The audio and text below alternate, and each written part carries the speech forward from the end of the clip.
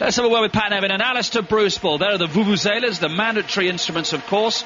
Alistair, stories of infighting in the Slovenian ranks this week. Yes, a real Roy Keane situation from 8 years ago. Yazid Manzouri, the Algerian skipper, ahead of this World Cup and record cap holder with 67 caps, was told on Wednesday that he wasn't going to be in the starting lineup. He's been taking a lot of stick from the Algerian fans recently.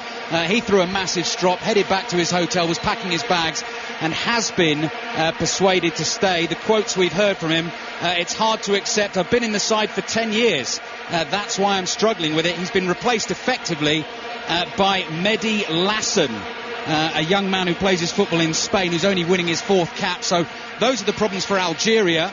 The 22 players who are starting the game today, Mark, and we're just about to get underway, have never played in a World Cup match.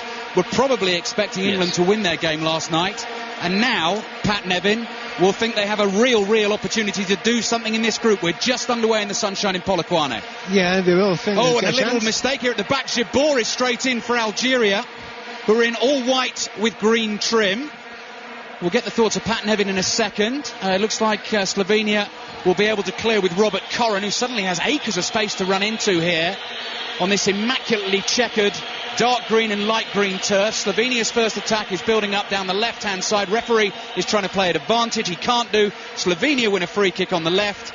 It is Algeria 0, Slovenia 0. And what I was saying, Pat, was two teams here who now have a real chance. They think will have a real chance to do something in the group, get out of the group. Yeah, they'll be up for it thinking, they get 3 points top of the group, as you say. And they'll go for it. It's an early game. It's nice and warm out there, but decent conditions for football. Absolutely nothing to lose. Both must go and try and win. Slovenia's free kick is swung into the penalty area. Fauzi Shaushi, the Algerian keeper, comes out and collects, gives the ball away. The right back Brechko tries an effort from long range with Shaushi off his line. But it was blocked and the ball has spun out for another throw. When we do get a break in play, I'll just run you through the two team lineups. You've heard that main team news from Algeria's point of view. The dramatic dropping of Yazid Manzouri. I mean, if you liken that to England, that would effectively be Rio Ferdinand, if he was fit, coming to this World Cup being told he wasn't playing well enough and was going to get dropped, which would bring some pretty big headlines. Yeah, looking at both teams, I mean, defensively they're looking interesting. A lot of people in UK will know Majid Bagheera. He's playing in a kind of right back-ish sort of role, but I think they've gone to back three. If not, Bagheera doesn't know how to play right back because he's got himself in the wrong position twice before the game's really got underway. 5 Live Sport this Sunday lunchtime, a 12:30 kickoff your time back home. First of 3 World Cup commentaries. Slovenia have given the ball away again. Here comes Dedic. And it is Matmour who is tripped for Algeria 25 yards from goal. So here is a chance for Algeria to strike on goal. Algeria 0, Slovenia 0. We are not full, by the way, inside the Peter Makaber Stadium. And again, when we get a chance, I'll just try and put you in our seats and paint a little picture, because it really is a distinctive, smart, wonderful new stadium that's been built at big cost here in Polokwane, about an hour's flight north of Johannesburg. So definitely some pictures to paint. But in the meantime, we will concentrate on this Algeria free kick. It's 0-0, and it looks like Belhaj might fancy the strike. Yeah, Lasson, I think Lasson's there as well. He put the ball down, which is sometimes a good sign. But as you say, Belhaj running. Here comes Belhaj, left foot curl, a good one, tipped over the crossbar by Handanovic, and the ball is out for a corner to Algeria. Talking about England's goalkeeping problems yesterday, while Samir Handanovic is one of Slovenia's star men, only conceded 4 goals in 10 qualifying games, plays his football in Italy.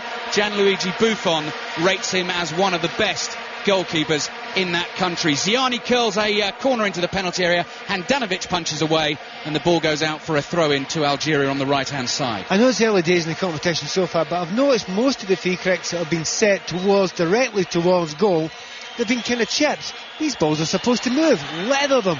Slovenia breaking fast down the left-hand side. Sliding challenge comes in from Belhaj, who's all the way across from left-back there to make the tackle on Dedic. Bagheera now has it and just calmly strokes it across the face of his penalty area. I promise I will give you the two team lineups just as soon as we get a break in play, but it's been pretty breathless stuff so far. And breathless as well, because we are playing at altitude here. We're about 4,300 feet above sea level. For some reason the floodlights are on, sitting on top of these vast concrete stands which rise steeply backwards into the bright blue skies above us. Floodlights are on. If you've got them there, why not use them? As I say, we are not full, but a real strong Algerian contingent of fans sitting in the stand alongside the touchline opposite us. Slovenia coming forward. The move has broken down, so Algeria will have a chance to come out of their half. They have Xiaoxi in goal, a back four. We've got to have a little look at how they're lining up. We think possibly a back three here, with Yahia and Belhaj as the wing backs, and Bugera and Halish ostensibly as the two centre backs, with Yebda sitting in front of them. Ziani is the playmaker from Wolfsburg, who'll be playing his football under Steve McLaren next season, who's a man to watch out for. Lassen, the young man winning his fourth cap, who's come into the side for Mansouri. Fouad Kadir, only winning his third cap, also in the team. Karim Matmore, and it's really effectively one up front, and that is Rafik Jebor. Slovenia have possession just inside the Algerian half. They are playing in a dark green strip with sort of lime green shiny trim. They've lost the ball in front of the penalty area. They have a very regular settled starting lineup as Belhaj slides a pass down the left hand side for the stocky figure of Ziani to chase, and that is Samir Handanovic in goal. I've just told you a bit about him. Mizo Brechko and Bojan Jokic at right back and left back. A name you may recognise at centre back is Bostian Cesar, who had a season on loan with West Bromwich Albion alongside Marco Schuler. Walter Beerser and Andras Kiem are their two wide men. Robert Corrin, who's just been released by West Bromwich Albion, the captain in the middle of the park, alongside Radosavljevic. Novakovic is their star man up front, 16 goals in 38 caps. And the man who does the work for him alongside him is a player who goes by the name of Zlatko Dedic, who scored the crucial goal in the second leg of the World Cup playoff qualifier against Russia to win the home leg 1-0 and take Slovenia through to their second World Cup finals, beating Russia in that playoff on the away goal rule. The Vuvuzelas continue. Algeria have possession. They've given it away. It's Algeria 0, Slovenia 0. We have 6 minutes played. And what do you make of the early stages, Pat Nevin, particularly thinking of our listeners back home, England's performance last night, and obviously these are the two teams to come? Sadly, you cannot help thinking along those lines, because I've already started thinking that early on, and looking at the fact that the right back and the left back that Algeria are playing just now, and Belhaj and Bagheera, players that we know quite well. Both of them want to get forward, both of them want to get up the field as much as they possibly can, and with England liking to play with wingers, that's a good thing.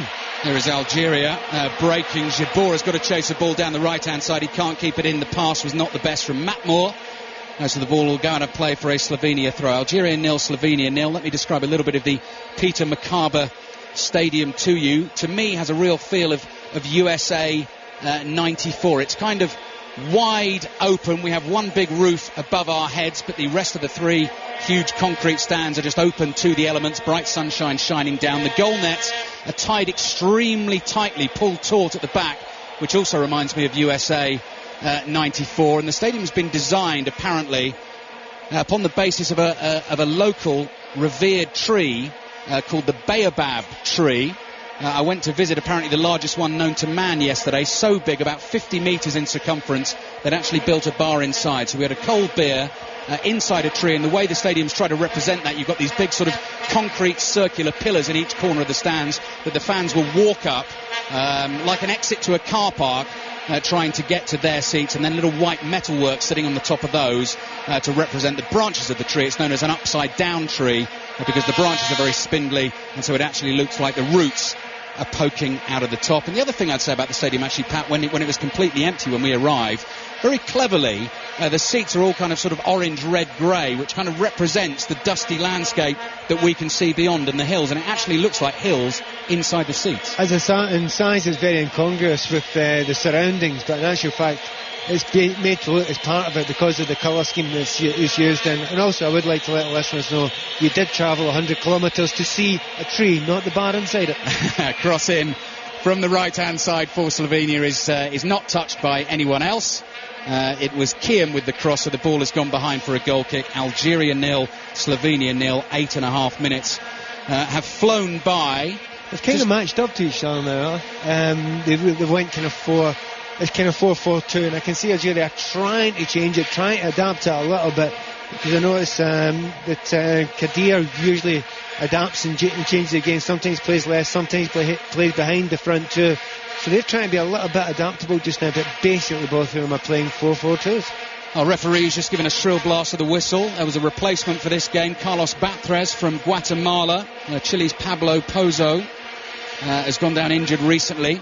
So our referee in his bright red shirt has given a free kick to Slovenia. No real chances in the game. About 15 seconds in, Slovenia led Algeria, but Jabor couldn't make the most of it. And here comes Slovenia in their green strip down the left-hand side. The constant cacophony of the vuvuzelas behind us. But as I say, this stadium, which has a capacity of just over 45,000, I would say at the moment just over about half full. There are a lot of empty seats, a huge Algerian contingent opposite us, some really impressive big flags draped across the stands there, and one huge Algerian football shirt right at the top of the stands. If you do have a seat in the back row here of the stands, I wouldn't look over the concrete wall behind you.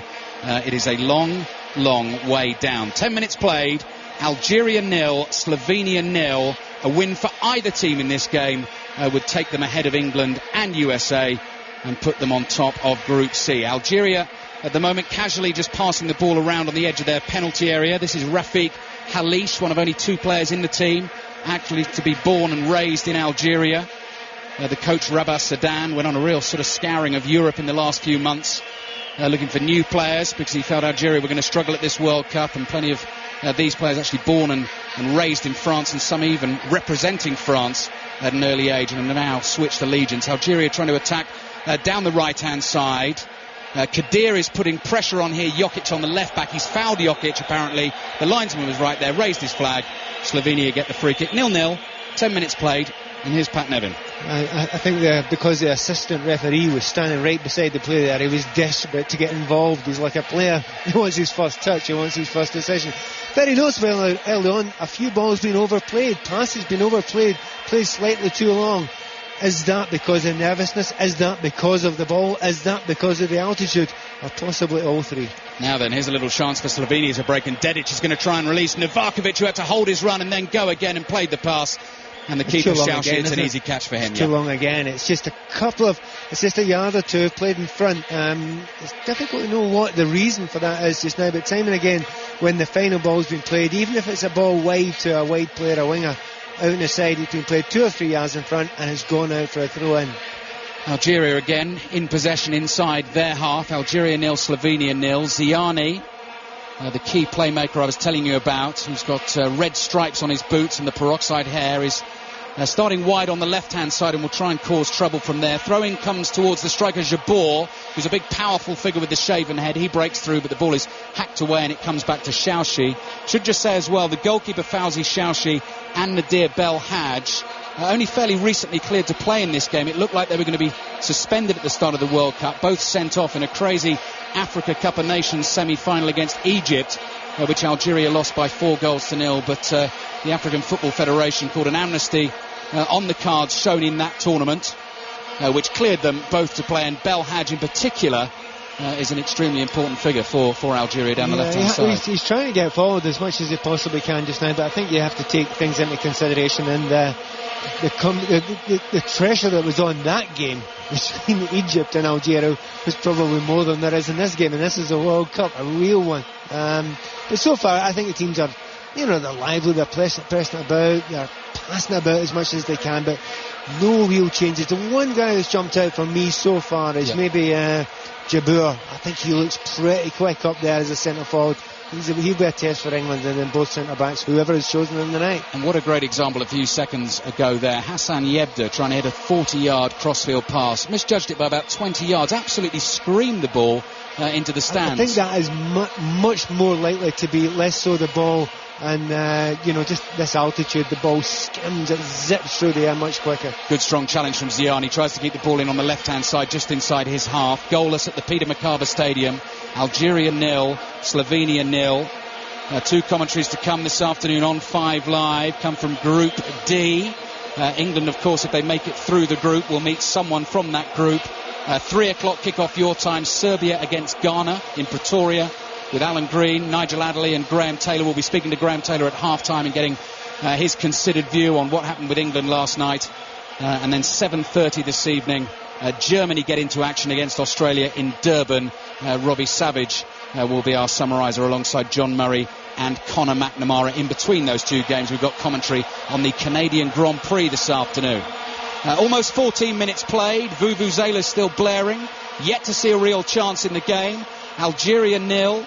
Slovenia 0. What an opportunity for one of these two teams. I think particularly coming into the game, we possibly fancied Slovenia. Very settled side as Belhaj floats a long ball over the top. Again, way too long. And straight into the arms of the keeper, Handanovic. Time and again. Well, I've seen it for the first minute. It's just everything's too long, and there'll be some complaints towards the players for that, but they do have to get used to this ball. They do have to get used to these conditions.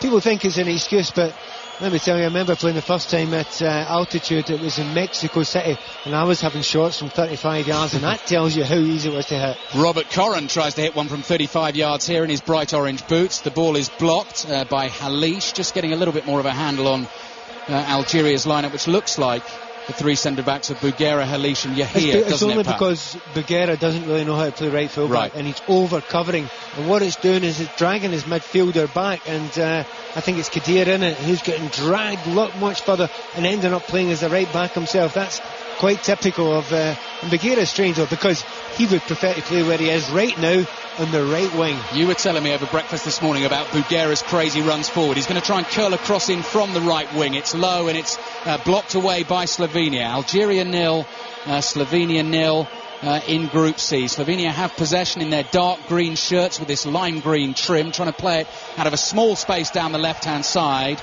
And the ball, rather surprisingly, to the Slovenia players. The linesman signalled an Algeria throw. The referees overruled him in his bright red shirt. And in fact, Algeria gave away a free kick there for a challenge before the ball went out of play. It sounds strange you're talking about Bougherra. He is a centre-half come right winger when he plays during the same game, and it's a very unusual thing, but any Glasgow Rangers fan will tell you that. But the suspicion is he will be leaving Rangers, and there's a big hint about Arsenal being interested. Pat Nevin with us on BBC Radio 5 Live, your World Cup station, every game from every ground. This is the 6th game of the FIFA World Cup 2010.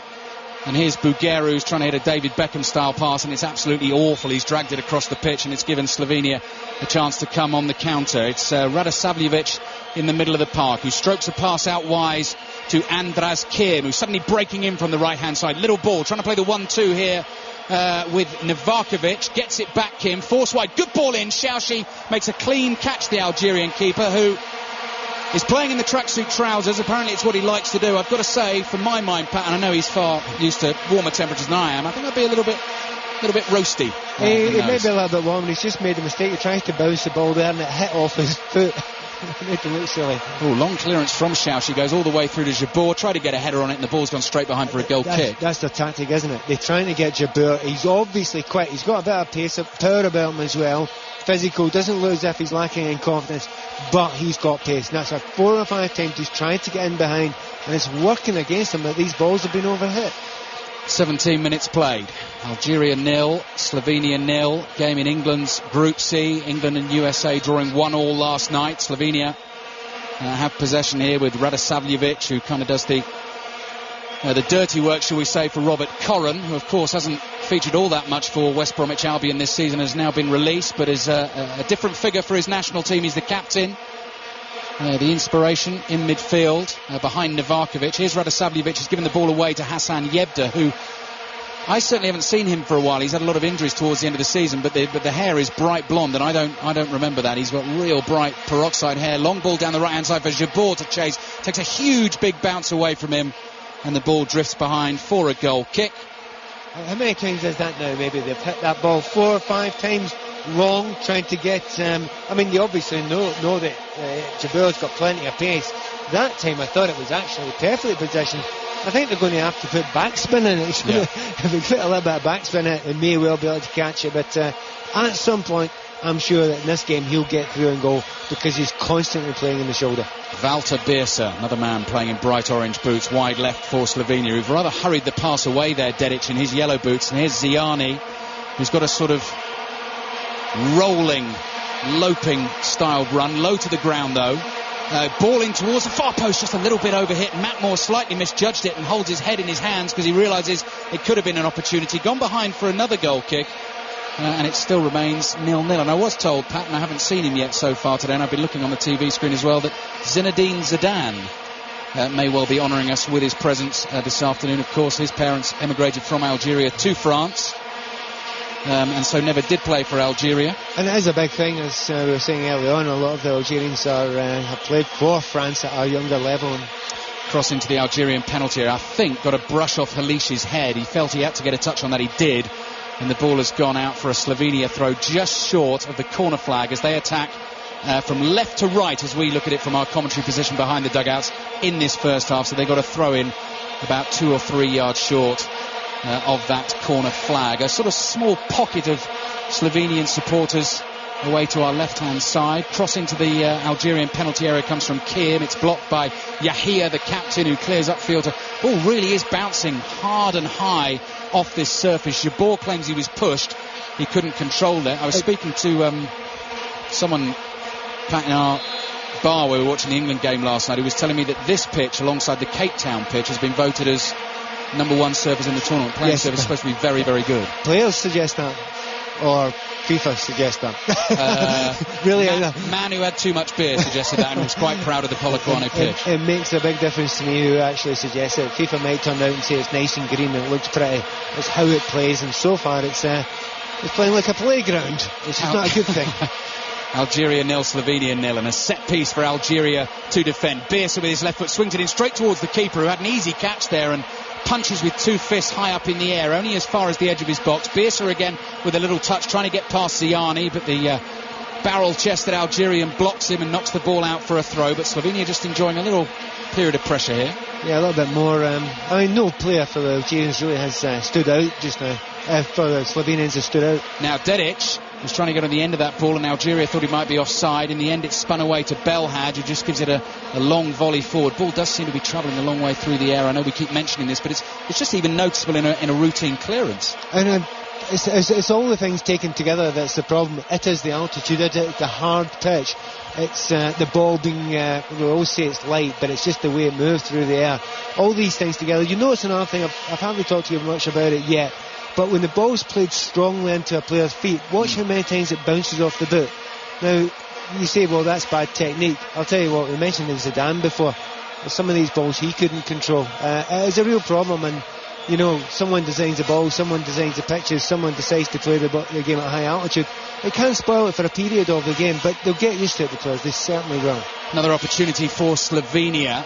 They have a free kick, sort of 10 yards in from the left flank, about 30 yards from goal, and they will want to test Shaushi after that punch of the last cross. It's swung in straight towards the keeper again. Here he comes. He jumps with the centre-back Cesar. He's clattered to the ground. He stays down hurt. Cesar wags a finger as if to say, I didn't touch him, ref, and then very kindly just hauls him to his feet in agricultural fashion. He doesn't look that confident, does he? You know, he should be coming out. He's almost on his back foot when he's punching that ball. I mean, they always say it's the old sort of cry of the goalkeepers, you know, go through the ball, take the defender, take the guy in front of you. He wasn't commanding at all there. He was very erratic at the African Cup of Nations, but the other thing is he was sent off in that semi-final. He got a yellow card, first of all, for aiming a headbutt at a referee, a yellow card, and then picked up a second yellow in the game. Jabor, little flick on to Jabor. He's crowded out by 3 Slovenian defenders, and the ball is back with Handanovic. The first quarter of the game has flown by. We've reached the midway point of the first half. No goals. Algeria 0, Slovenia 0. I'll hand you over to Jackie Oakley. Thank you, Ali. Slovenia attacking the goal away to our right in their all-green kit, and Algeria now in possession in the middle of the field in their all-white kit, and that's a late challenge and a free kick to Algeria just inside the Slovenia half as we await the first goal of the game, the first and only real effort at goal by Nadir Belhaj in the 3rd minute of the game, which Handanovic had to tip over the bar. We haven't seen too much in the way of goal mouth action since. Algeria with another overhit free kick. How many times have we said that in this game? And this time it was Ante Yahia, the captain, as it goes out of play for a goal kick, Pan Evan. Yeah, and we don't want to bore the listeners, but the fact we really do. But it's the same thing every time. And the players have got to learn now, you know, if the ball's travelling differently, you need to get it lower. You know, look at what the problem is with the ball. It's going through the air quickly. Okay, then zip it in towards the goalkeeper, relatively low, head height, cause him a problem. It's been done twice towards Chaushi, and he hasn't looked that confident so far. So keepers the players have to learn how to use a difference and a change in the circumstances to their own benefit. Well, Slovenia in possession midway inside their own half with Cesar. 0-0 on 5 Live Sport, your World Cup station, as Robert Koren plays the ball forwards, and the offside flag goes up against Zlatko Dedic, the player who scored the crucial goal against Russia in the playoff. I remember that Slovenia only have a population of 2 million, whereas Russia, the team they knocked out in that playoff, have a population of something like 142 million. So they upset quite a few Russians by denying the likes of Pavlyuchenko and Arshavin a place at this World Cup finals. And the quotes from the Slovenia camp from Kek, the coach, saying, well, we've done so well just to get here. That's the most important thing, anything else being a bonus. But of course, once they get here, they'll feel they have a good chance of getting out of the group, as another ball is overplayed and it goes straight out of play. I wonder if the FIFA champs who decided this was the best pitch will come out afterwards and tell us why it was the best pitch. It's quite typical. Certain people, and it's almost always people who have never played the game, tell you how brilliant something is because they walked across it with them nice shiny shoes on. Maybe they didn't take a football with them. Exactly. That was key. Slovenia in possession, playing from left to right as we look. It's a glorious sunny day in the north of South Africa. We're surrounded by Botswana and Zimbabwe and Zambia not too far away. And I feel a little bit stupid by wearing a few layers this afternoon and telling Ali you definitely need his coat, because the first few days we've been here, we've been absolutely freezing. I wake up in the morning so cold, and in the middle of the night, needing thermal underwear at times. But this afternoon it's absolutely boiling as the goalkeeper, Shauchi, panics once again and plays the ball straight out of play. And that'll be a throw in to Slovenia on this near side as we await the first goal between Algeria and Slovenia in this Group C match. It's also a slightly bad sign there, Jackie. They're doing a Mexican, if we can call it Mexican, wave around the pitch just now. So it's not always a good sign for a good game. Don't tell Alan Green, he absolutely hates Mexican waves. Don't tell him if I won't. As Yebdo goes crunching in for the challenge. We're seeing a great deal of decent passing football at the moment. Started off really promisingly the first few minutes, but so many times we're saying that the passes have been overhit, and it goes without saying that doesn't exactly make for a fantastic game of football. Very little creativity in the final third at the moment as Ziani dinks the ball back to Lassen for Algeria, all in white. Now here's the blonde-haired Yebda of Benfica, who's on loan at Portsmouth this season. Now into Matmore. He runs into trouble. And still it's Algeria in possession, 0-0 in Polokwane. Picked up now by Belhaj on the left wing as he plays the ball against Brechko, and he wins a throw-in just 5 yards or so from the corner flag away to our left. Belhaj with a throw-in to Lassen. Dinks the ball into the penalty area over the head of Schuler, and it's cleared away by Slovenia. And the referee has spotted an infringement. And another attack comes to nothing, Pat. Yeah, I think you perfectly described that there. He dinked the ball in, which is a big change because everyone's been zipping it in too high, and that's the first ball that's been played as a cross into the box. Actually, it's landed up in the right area. So, you know, the players, as we say, are now beginning to learn. But there's no one standing out, as I mentioned earlier on there. Jabeur maybe he looks a little bit lively, but at the moment both teams are very much cancelling themselves out, and good number of mistakes being made, and this is all good news for England. Indeed, as another ball gets overhit, way too far over the head of Dedic, the Slovenian striker. And we just need to chat amongst ourselves as the players are just hitting long balls from right to left and from left to right, straight out of play. They're watching a rugby game. They're playing for distance and space, taking the ball into the corners, and it's I do feel there's a bit of sympathy for the players because certainly they're better than that. Here's Kadir for Algeria on the far side. The Algeria right whips across into the centre. It's too far over the head of Jabeur though. Picked up now by Ziani on this near side, but Brechko in with the challenge, and that's a throw into Slovenia in the right back position. I think we've got to get a sweep going. How many times we actually use the word overhit now? It is actually getting strange, like actually getting ridiculous now. The players, it's infuriating me slightly because yes, we know the conditions, but you know, change it. Attack to get and play the ball a little bit more on the deck. It's just that Algeria, the way they're set out is to play long balls, isn't it? And because of that, they're being overhit. And also, don't forget, these players haven't played very much with each other. There were 9 players selected in the Algerian 23 who were either uncapped or hadn't been capped coming into 2010. And they've chopped and changed as Sudan coming into this tournament. That's a very good point. Some of the players have been complaining that they don't know each other's styles. They don't actually know each other very well, and it can't really help. You expect the first game when they haven't actually played together to know each other's play. Now here comes Ziani on the left-hand side.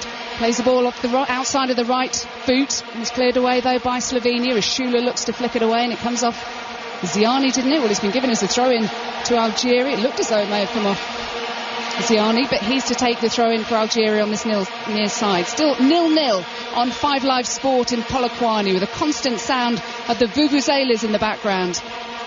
The stadium far from full as Nadir Belhaj races infield and plays the ball to his fellow fullback over the far side, Bugera. Good pass from him to the right-hand side, and the cross again way over hit as it's kept in play. Now here's Ziani on the left, looks up, crosses it in, comes off the foot of Brechko. Throw into Algeria, 0-0. Yeah, and the players going down injured. There's a bit of a panic up in the centre of the Slovenian defence there. I certainly didn't see what happened. It didn't seem to be anywhere, any player near him, but he's claiming he was elbowed. I suspect he will recover, he will survive just now. Yeah, Marco Shula, he's okay, as the ball was played high over the heads of everybody in the penalty area. See, we didn't use the word overhit then. Yeah, You're going to have to come up with some different words to describe. Overpowered or possibly too strong. Exactly, as the players take the opportunity to take some water on board in front of us, the Algerian dugout, and their staff wearing bright green tops and white tracksuit bottoms. It really is warm here, the warmest day we've had since we got here 3 days ago. There's Walter Beerser in his fluorescent orange boots, struggles against 2 Algerian players to keep the ball in play, and he's won a free kick. And you notice certainly the pace of the plays really come down a notch or two at the moment. I've just seen a little bit of a replay, and I'll tell you what, he got a shoulder, got a shoulder right in the cheek. That would have been a sore one. I have to say there's no expectation that the referee, the assistant, could see that. And I think the way that I think it was Jebur or Matmur ran into him, you could argue that the head was put towards his shoulder, but that would be being kind to the forward. And Shula's recovered. He's in possession now, the Ghent defender, who actually suffers from asthma. Not sure how asthmatics are affected by playing this kind of altitude. Well, yeah, I've played with a number of asthmatic players before, and it can be a difficulty, but it just depends how seriousness and what affects and what sets it off. Because I noticed that certainly down in Johannesburg, a lot of pollution down there, which could be part of setting it off. David Beckham's asthmatic, of course, something he kept quiet for many, many years till recently, when he was spotted in the dugout with his inhaler. Still 0-0 in Polokwane, Algeria versus Slovenia. Beautiful day with clear blue skies, a few white fluffy clouds in the background, and just looking at the 2 corners in front of us, beyond them, it looks a little bit like Nevada in the United States, except that Polokwane's nothing like Las Vegas, it's fair to say. It's a very quiet town, as Radosavljevic has gone down under a challenge, clutching his face just 5 yards in from the touchline in front of us, and he'll need some treatment. It was just a ball kicked in his face, wasn't it? It was always been cleared, and not the most pleasant thing. It was like an uppercut to his jaw. He went down. He'll be feeling that. He's not exactly out, but he's certainly taking the 10 count at least. Yeah, Alexander Radosavljevic, the Larissa midfielder, played several years in Russia, and he's more of the defence-minded foil in the middle of the park to allow Robert Koren to create, though we haven't seen too much creativity from either side. Hasn't really been a decent effort on target from Slovenia. Just that free kick by Walter Beerser midway through this first half, and that was straight at the goalkeeper, who has looked far from confident, as we've mentioned, Xiao Xun. You would think if it stays like this going into half-time that Matthias Kek, the Slovenian manager, would be telling his players, test the goalkeeper a little bit more. It's not rocket science. He hasn't looked comfortable whenever a ball's come into the box. Now, that's certainly the biggest weakness here, and I'm sure Fabio Capella watching the game will have noticed that as well. But at the moment, there's nothing great to fear for these teams. I think they come under the heading difficult to beat. They're defensively, both teams seem well organised, well structured. Certainly the Slovenians are well organised. But, as a creative force, neither so far look any great shape, certainly in this first 35 minutes or so. Yeah, it's 0-0. You can just picture the England players in their camp watching this game on television, wondering what lies in store for them. doubt they'd be too concerned by what they've seen, particularly in an attacking sense from these two sides. There are a couple of very good strikers, and we may see one of them here, and we do. As Novakovic goes forwards, and the cross comes in from Dujic, but it's charged down by Bugera. Just for a moment we thought we might see an opening, as now Belhaj comes down the left-hand side for Algeria, and he's upended by Radosavljevic, and that'll be the first yellow card of the game for the Slovenians. Slightly harsh, I thought there. Just got his body across. I think the referee's carried a little bit early there. I mean, if that's the standard of play that's going to lead to a yellow card, there's an arm up. There's not a great deal of that. Maybe worth a warning. But just before that, Dedic, you were mentioning there, got the ball in a dangerous area. Very, very disappointing he didn't get across in. He had plenty of time. Very disappointing. 10 minutes to go before half-time. Ziani with the free kick for Algeria. Confusion in the Slovenia penalty area. Cleared away, though, left-footed by Bostian Cesar, behind for a corner. I'll tell you what, Schuler wasn't hugely impressive there, was he? And the ball dropped to him and didn't know where he was. Absolutely no idea. And also noticeable that our boy Yahya was in there as well. Faced towards the wrong direction. It looked like a centre-forward's effort and goal. Belhaj, who's had Algeria's only shot on target so far, takes the corner from the far side, left-footed, swings it in towards the near post, and the keeper punches it away towards this near side, picked up by Matmore for Algeria, all in white. Plays it infield to Lassen, forwards in towards the penalty area towards Jabor, and it's cleared away by Schuler, and that's behind for another corner to Algeria. Again, all I can see at the moment are weaknesses.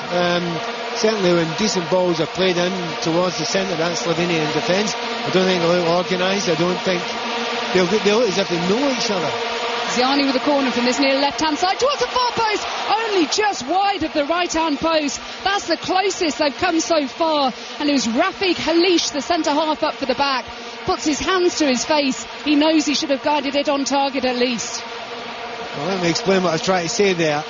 Defensively, Slovenia, when the ball's on the ground, the structure looks good. When the play's played up sort of conveniently for them at a slower pace, balls lumped into the box from long or from wide, it doesn't seem to matter. For me, they look very, very poor indeed.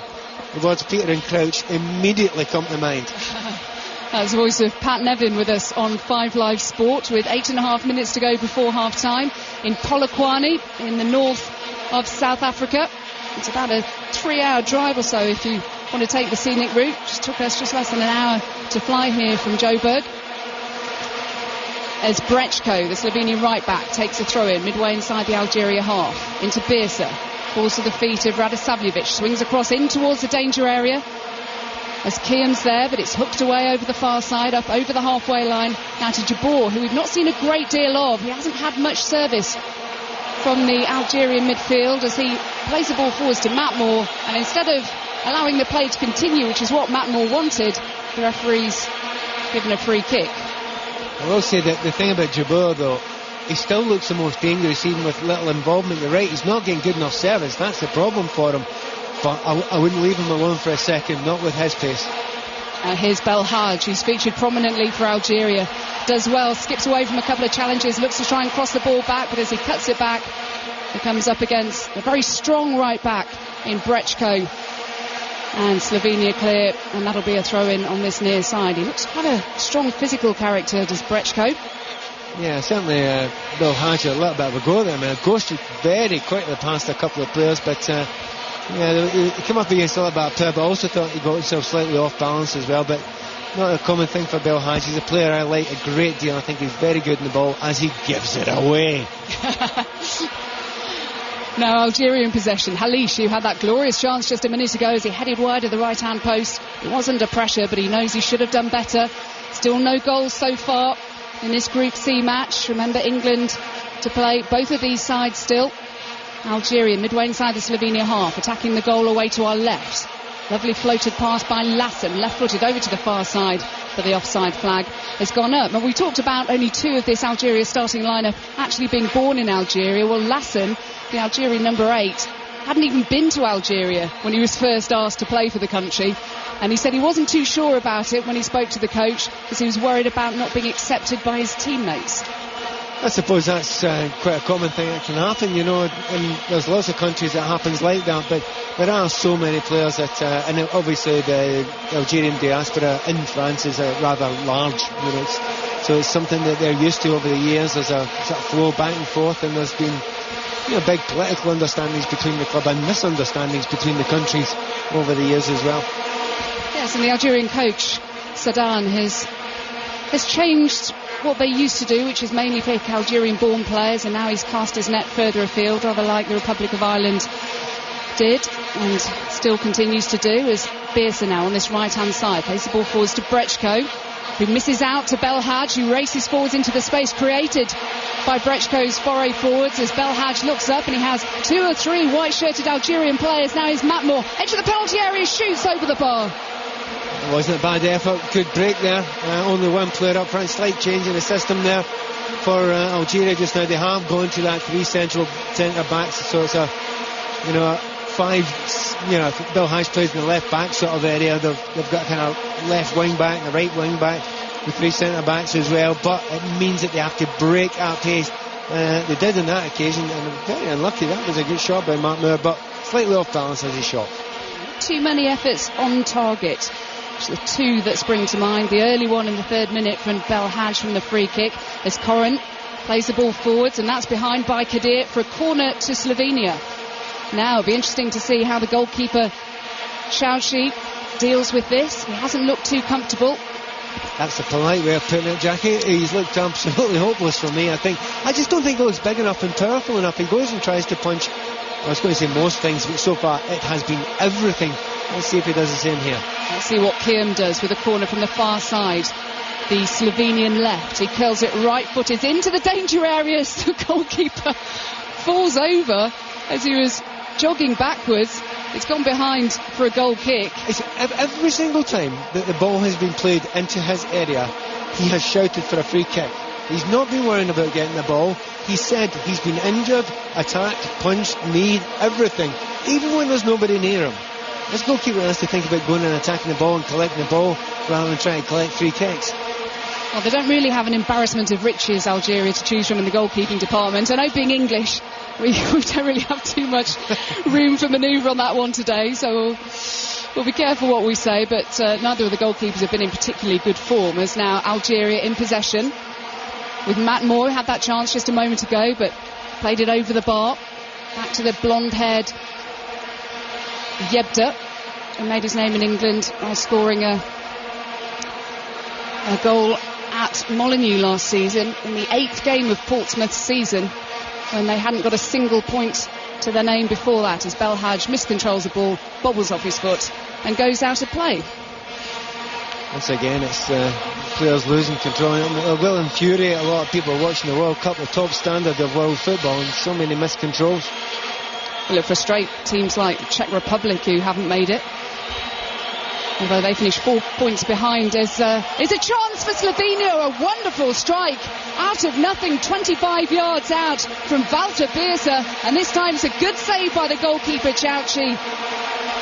Yeah, it's actually on target. It's going up, but it's directly at the goalkeeper. In actual fact, he's dived, he's thrown himself about. It was straight at him. He just needs to stand and put his hand up and push it over the bar. That was one for the cameras, but he had to make the save, and he made the save. There's a lot of pace on the strike by Beersa, who now takes the corner from this near side, the Slovenian right. They haven't tested the goalkeeper nearly enough in this first half, bearing in mind how uncomfortable he's looked, as Beersa looks as though he's going to take the corner, and then he stops and he takes it left-footed in towards the 6-yard box, but headed away, doesn't beat the first man. Halish out to play for throw-in. Well, give him his due. What he tried to do is he tried to bend it in towards the goalkeeper. It put him under some sort of pressure, and on top of all the other difficulties the goalkeeper's got with a quick ball, the kind of daft decisions he's making, he's also got the sun in his eyes from that sort of area, so you want to put as much pressure as they possibly can on him just now. Still no goals so far. That'll suit England and their group. They'll be quite happy if this finishes in a draw between Algeria and Slovenia, as Yebda gives the ball back to Lassen, back to Yebda in the centre circle. Algeria turning defence into attack in the bright sunshine on the far side. The Algerian right, as Yebda gives the ball away carelessly. He's looking for Bagheera, the right back, who's out of position. And now here come Slovenia on the far side, all in green, infield to Kim, out to Jokic, the left back, back to Kim as he's forced back into his own half of the field. Still no goals as we approach the final minute of the first half. It's a decent atmosphere despite the fact we have so many empty seats. That's a casual pass from Robert Corran, a player who would love to prove West Bromwich Albion wrong after they released him when he had an option to continue, but they chose not to take it up now that they've been promoted to the Premier League. Here's Corran again on this near side, finds the right back Brechko inside the Algerian half. Now Beers, who had that chance just a moment ago, looks to let fly again, left footed, well wide of the right hand post. Yeah, well, they are trying to get a few shots on target now. I mean, certainly Slovenia seem to have sorted out in their minds that the keeper might have a question mark over him. And really, it's kind of the last couple of seconds have summed up the entire first half for me. The Slovenians trying to shoot from just about anywhere, get crosses on top of Chauci, which is the correct thing to do, but not get him on target and slightly overhitting a few times. And on the other side, ball's trying to get played through to Djibout. Just a moment ago, he almost got free in this kind of inside left position here. The ball wasn't played quite into his area, but once again, his movement, without being sophisticated, is quick. And you get feeling he's someone you have to keep an eye on. He's not a top quality player, but he's fast. And we're into this solitary minute of added on time at the end of this first half. Belhaj plays the anchor ball in towards the feet of Matt Moore, just too far ahead of him as it runs through to the goalkeeper Samir Handanovic. And a shame from a neutral's point of view. That's quite a booming voice, wasn't it? That's louder than the Valley's PA system, I tell you. As Slovenia coming forwards on the far side with the cross into the box, which is charged down. We haven't seen too much of the key strikers, I was going to say. Jabor for Algeria and Novakovic for Slovenia. As Algeria win the ball back through Yebda on the far side. Kadir plays the ball forwards high over the halfway line.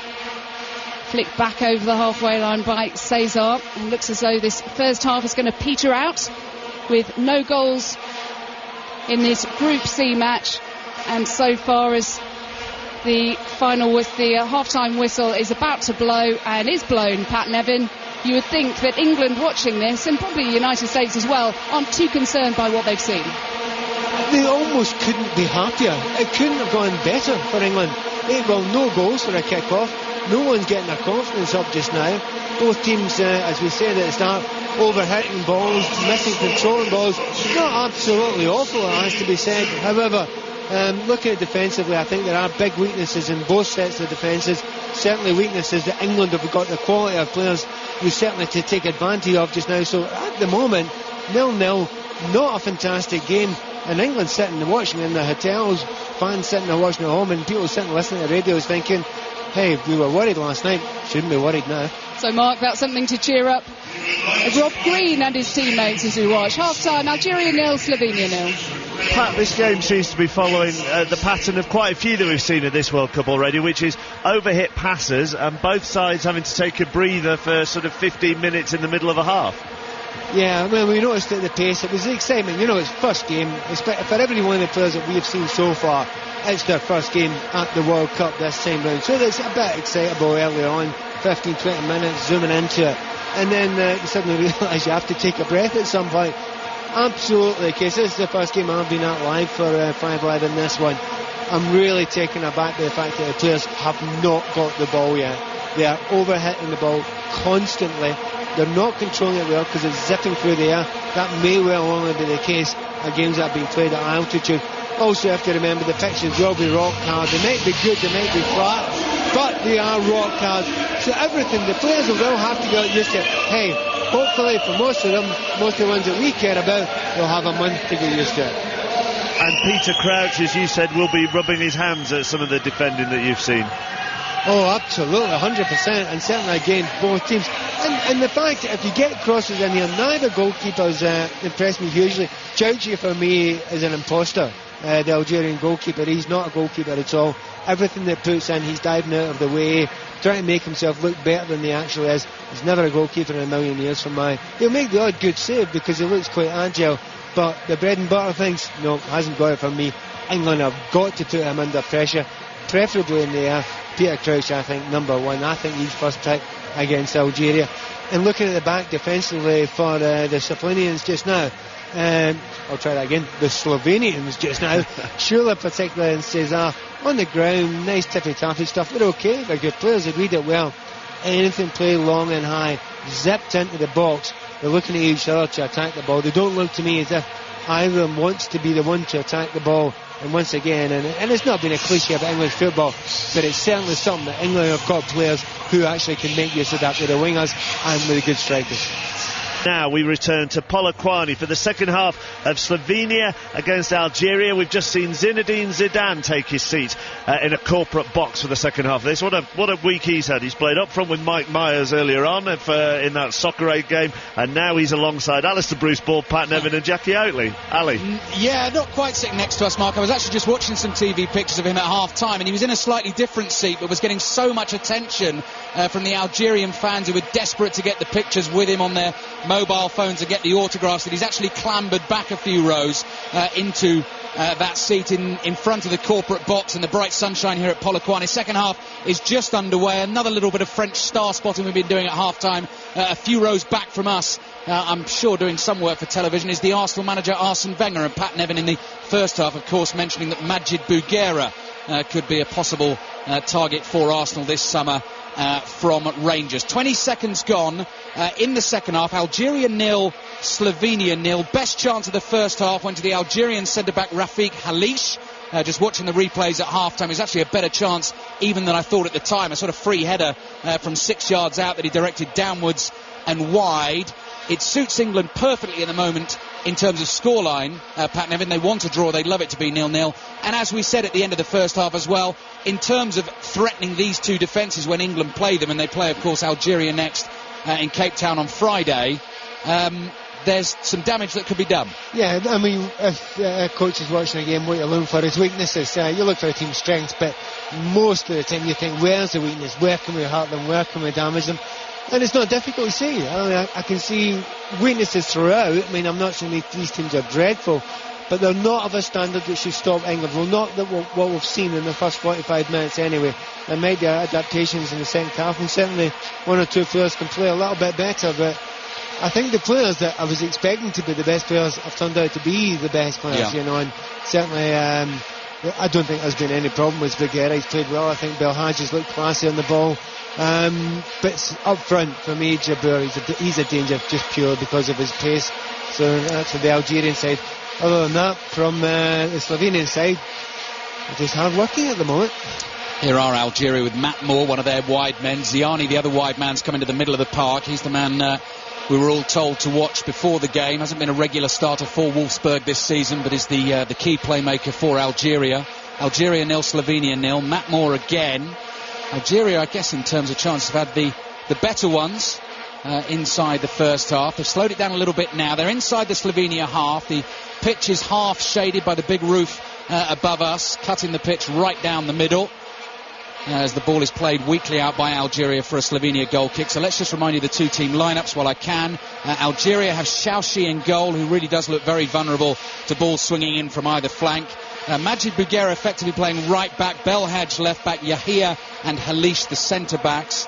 Fouad Kadir, only his third cap today, right midfield, alongside Lassen winning his fourth cap, and Yebda sitting in front of that back four. Matt Moore and Ziani, the wide men, behind Rafik Jabeur, the danger man that Pat Nevin was just talking about. Now here's Corrin trying to play a little 1-2, and it works, and he's 25 yards away from the Algerian goal. The ball has spun away to Kim, who floats across in. The flag is up on the far side for offside, so Algeria will have a chance to clear their lines, and I'll have a chance to give you the Slovenia starting lineup, which is an extremely settled one.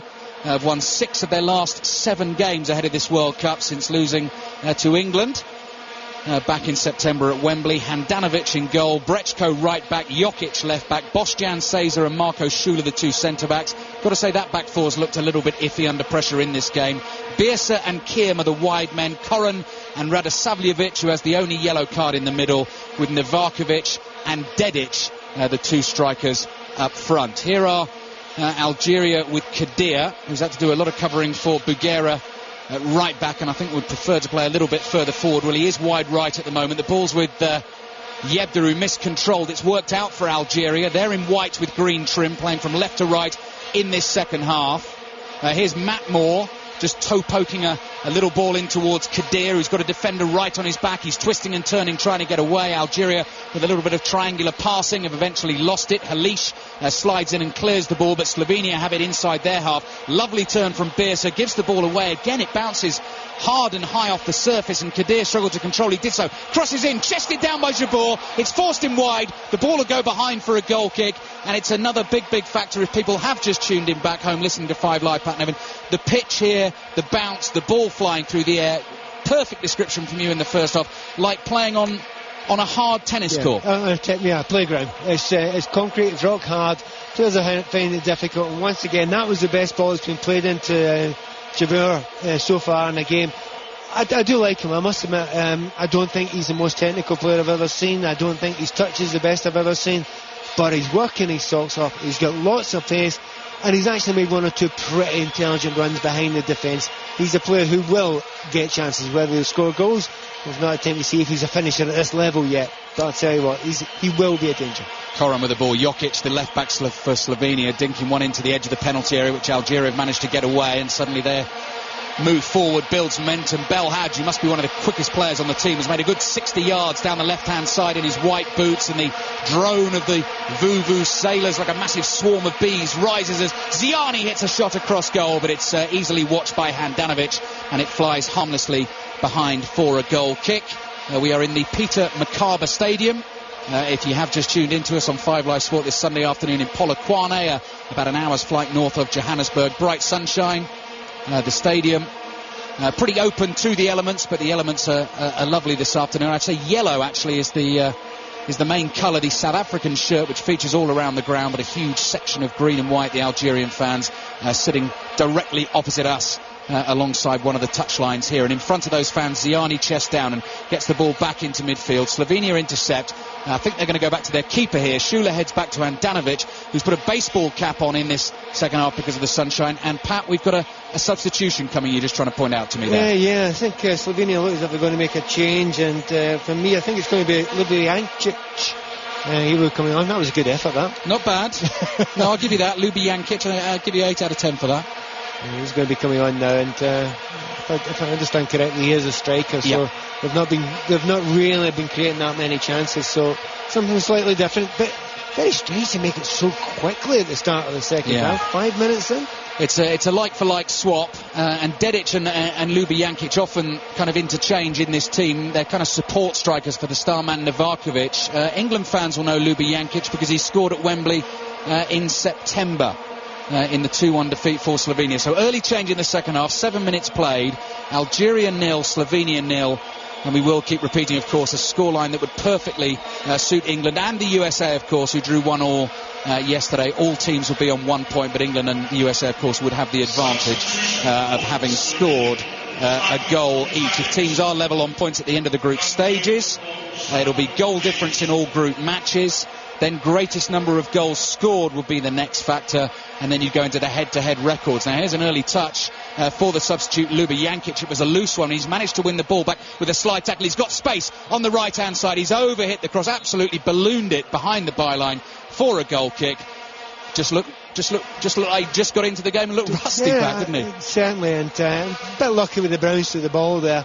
But got to a byline, and in that situation, as you say, he's just on the pitch. You can make excuses for him, but he's at the byline. There's no one at the front post defensively. There's no need to clip it up to the back, zip it across the goal line, between the 6-yard line and the goal. Create problems for defenders, give an attacker something to attack. Instead, he just completely mishits it too long. Algeria 0, Slovenia 0. It remains 8 minutes played in the second half. Kadir is fouled, so Algeria will have a free kick midway inside the Slovenia half and a chance to put the back four under pressure. Serbia-Ghana, first fixture in Group D, kicks off at 3 o'clock this afternoon. Already heard from Graham Taylor at half-time. He'll be watching that one with our commentary team of Alan Green and Nigel Adderley. 7:30 your time this evening. Germany against Australia in Durban. In between that, we have commentary on the Canadian Grand Prix. The tennis is on 5 Live Sports Extras. Belhaj kills the free kick towards the back post. Handanovic let it go a long way. If anyone got a touch on that, it would have been in the back of the net. But all in blue, the Slovenia keeper makes a comfortable catch in the end. I think that's the best actual pass stroke shot of the game. A superb ball played in towards the line of the back post there. I would say it's probably 3 inches too high. As you say, anyone gets any sort of touch at all. Keeper had a question whether he went for it, expected the touch. Well done, goalkeeper. Good ball in. Let's see a little bit more quality like that. Slovenia in dark green with sort of luminous lime green trim and numbers on their back, have possession in the half of the pitch that has sunshine at the moment down their right hand side. It's been cut vertically right down the middle. This huge roof, white metalwork roof above us, throwing a big shadow over the pitch. But as I say, the other 3 stands just completely open to the elements, steeply rake up into the sky. And quite often, certainly back home, stadiums like that can lose the noise. But here, as you can hear, with the orchestra of the Vuvuzelas, no problem with that. Nice slide tackle from Yebda. The Slovenian player has stayed down, so they're sort of effectively down to 10 men as Algeria continue the attack. And Yebda comes through the middle, tries to play a little 1-2 with Jabor. Jabor holds it up right on the edge of the Slovenian box, maybe teeing up a left foot shot here. Takes his time. Yebda hits the left foot strike weakly, easily saved by Handanovic. Here's Pat Nevin. That was a decent little break there, and well done, referee. He realised that the injury, inverted commas, that had happened. There was nothing wrong with the player at all. He'd been beaten well with, as you described perfectly, a good slide tackle. Just a bit of a shame though that in these situations what you want to do is break quickly, break incisively. But when they got the ball forward, and on this occasion it was a player that I was impressed by earlier, Jabeur, hung on to it too long. Still waiting for the first goal on 5 Live Sport. Weak cross into the Algerian boxes, easily caught by Xiaoxi. Decided not to punch that one. It did bounce before it reached him, you know. As we know, we've seen last night, sometimes those bouncing balls can be dangerous. Yes, thank you, Pat. Not said with any smile on his face at all, the former Scotland international. I was very disappointed for Green last night. It was, he didn't have a bad game apart from that. And I'll tell you what, I'd have him in goal any day of the week between the 2 guys that we're watching this afternoon. Yeah, I thought you were going to say David Jones and Joe Hart there, but no, I totally agree with you here. And England and Fabio Capello certainly will have taken note.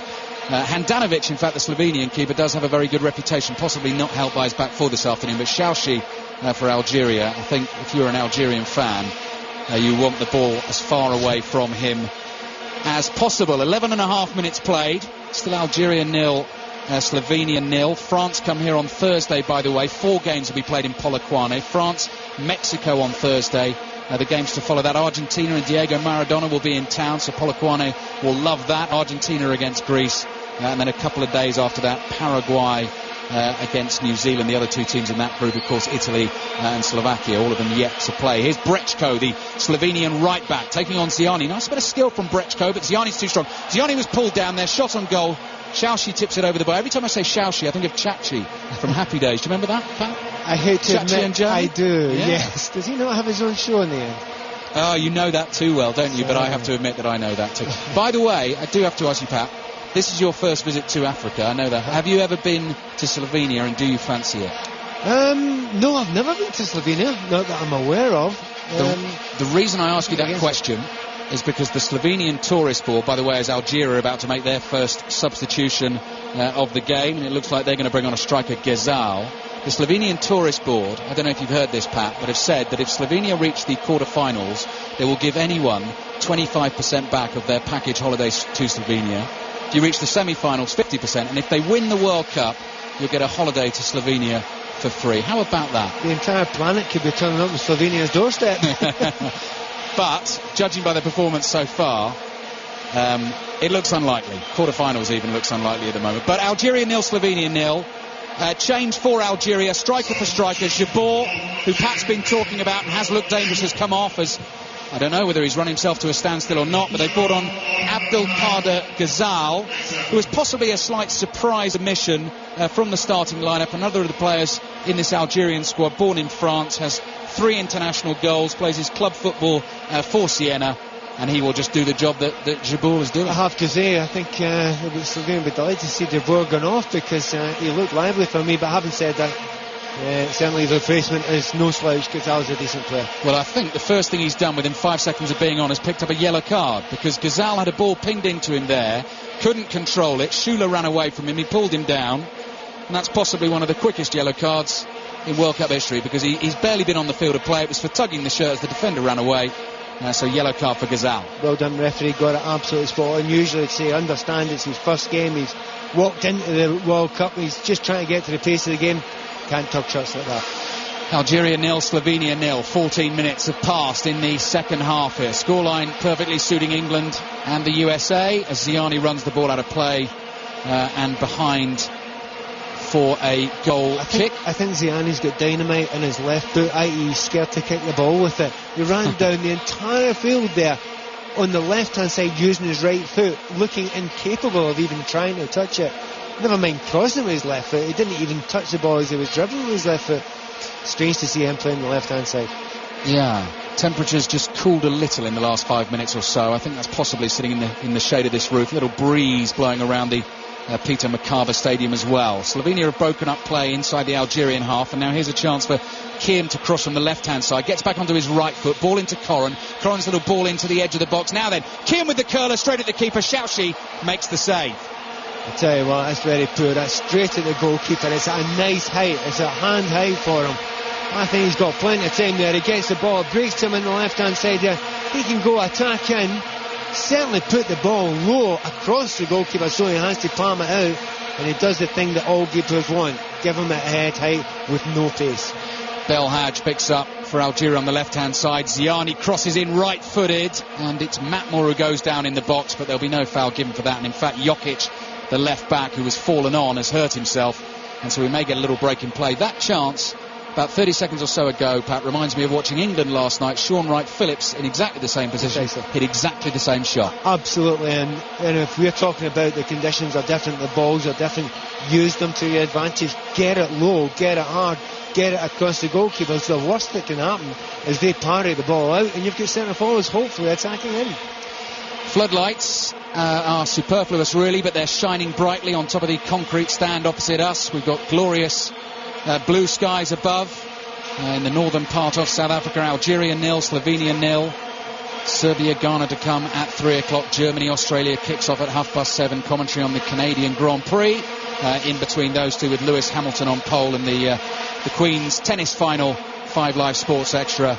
Commentary starts from 2:30. Going to be a good weekend for America, of course, after their 1-1 draw against England. Sam Querrey or Mardy Fish will be the winners of that one. And by the way, if you want to have your say on all today's football and, of course, the fallout from England yesterday, we have a 6:06 tonight as well. 9:30 until 10:30. Mark Pugac will be joined by Robbie Savage, who, of course, will have an opinion or two that you may agree with or not agree with, but that is precisely the point. Algeria 0, Slovenia 0, and Slovenia have possession inside the centre circle.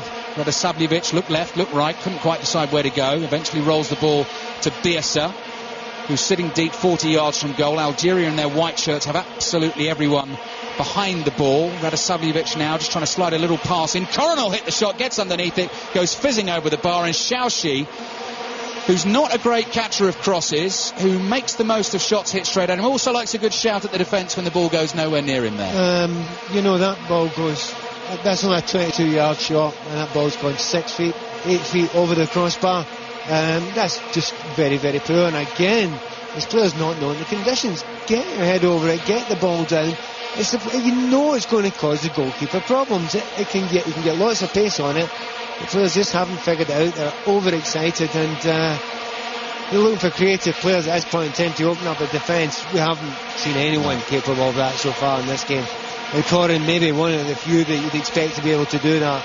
Found himself in a good position, and that was very, very poor. This is all good news for England.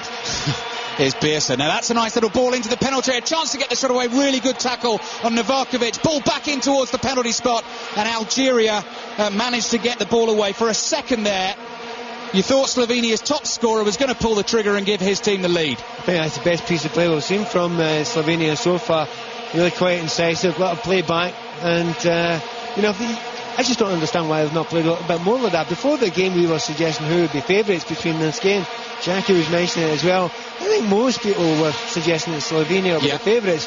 Certainly in what we've seen so far, I see Algeria as being the better side, only minimally though. Yeah, I agree with you, Pat, and it's been a cohesive performance from the Algerians despite the problems with the ball flying long and the pitch playing hard, because all the talk about them coming into the tournament, was the coach sort of scouring Europe for players, and 9 players who hadn't been capped until this year or were uncapped. A dreadful run of results, a real sort of up and down Africa Cup of Nations, but they've risen to the challenge. Haven't been at the World Cup for the last 24 years, very famously in their first one in 82, of course.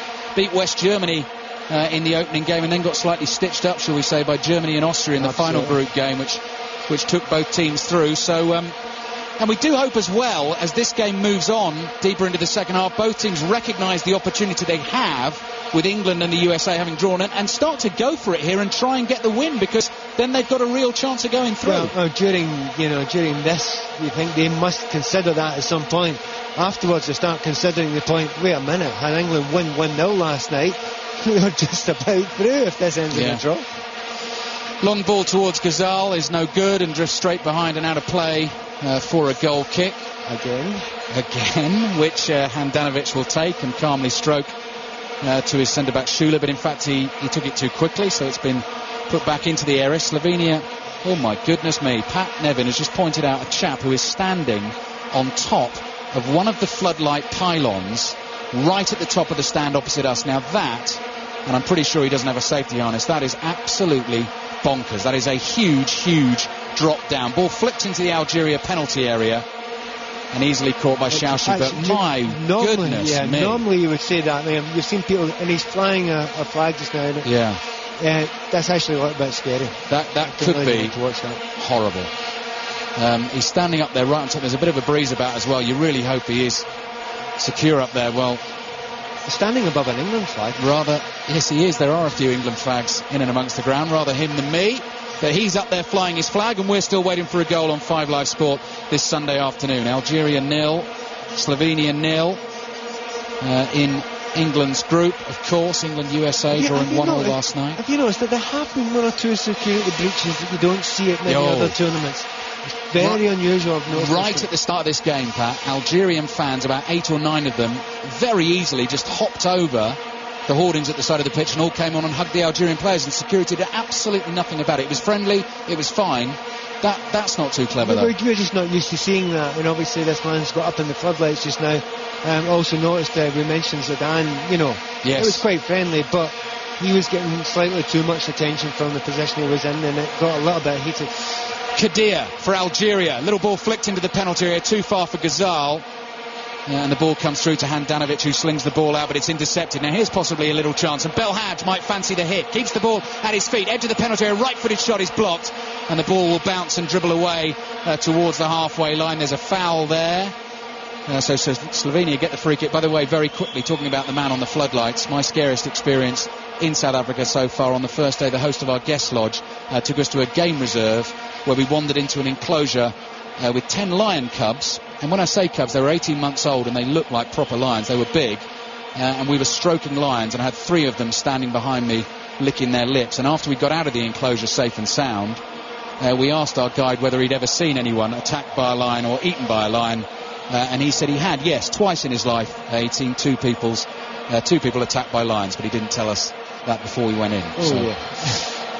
Slightly terrifying, and I'm not sure we filled out the requisite safety forms for it, but a wonderful South African experience. Algeria 0, Slovenia 0 would be a better experience for fans of either of these 2 countries were we to get a goal. Game's just gone a little bit stale.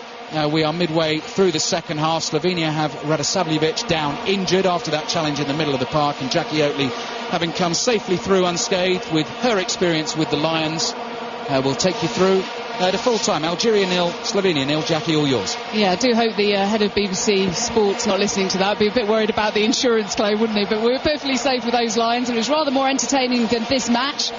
You say it's gone stale in the last few minutes, but it's really not come alive this afternoon.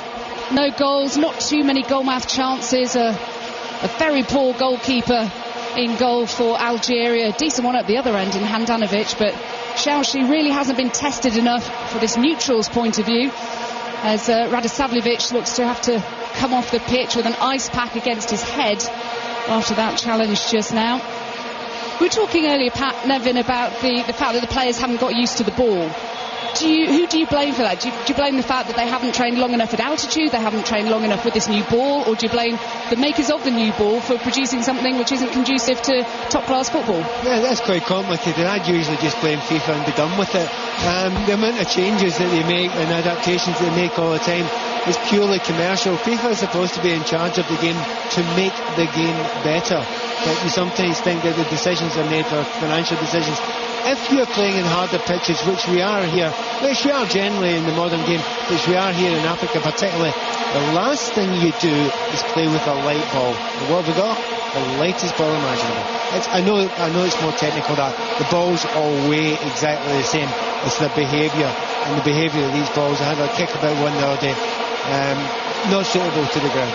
We're still looking for the first goal. Here's Algeria with Ziani on the far side, flicked header over the bar by the substitute Ghazal. That was a decent opportunity as well, 7 yards out, as he just does a little skip as he runs outside the penalty area.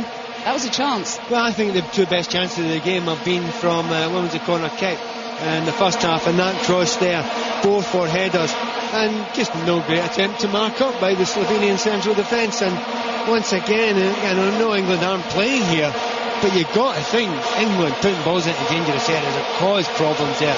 They're not the best in life in those areas from crosses. Yebda leaves the ball. In fact, he picks it up again on this near side. The player who spent the season on loan at Portsmouth from Benfica. They can't afford the £4 million fee, though, to buy him. Now here's Ziani, who switched wings. He was over the far side, putting in that cross just a moment ago. Lovely ball forwards for Yebda as he tries to get the cross in. Good challenge by the left-back Jokic for Slovenia. And it's out of play for a throw-in on this near side, the Algerian right. Very close to the corner flag. As Kadir takes it short. Hooked in first time by Bagheera. Headed away by Cesar, who has promised Wayne Rooney quite an interesting time of it, by the way. As the cross comes into the centre, as Ghazal was close to it, may just have flicked off his head again. The last time it came off the top of his head. This time he had the defender Sula right in front of him, who put him off. And it's behind for another goal kick. It's interesting watching Mark Moore. He seems to be peripheral to a lot of the play, even in the first half.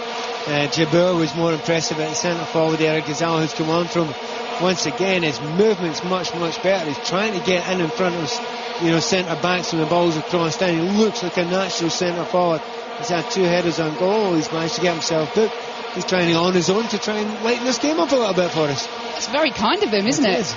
Very kind of him. Slovenia all in green with yellowish flashes and yellow numbers as the ball goes out of play in front of us, as Jokic couldn't keep it under control. I'm just trying to find that Algeria fan who seems to have disappeared. Well, they were a bit. Is he climbing down the back of that floodlight? No, I think there was 6 or 7 policemen arrived at the bottom, so they've disappeared now, so he won't be anywhere nearby. I can just see somebody climbing down from the top of that. You're right, he's to the right hand side. Where have they gone then? Those policemen have just let him get down. It's an extraordinary situation as the game goes on. It's still 0-0 as Belhaj with an angled cross into the centre. Clear handball though by Ghazal. He's only just come on the pitch. He was yellow carded within seconds of coming on, and now he's going to receive his second yellow card. And that's a red card for Abdelkader Ghazal. He's remonstrating with the referee, but really he has no defence whatsoever. It's the most blatant handball that you'll ever see.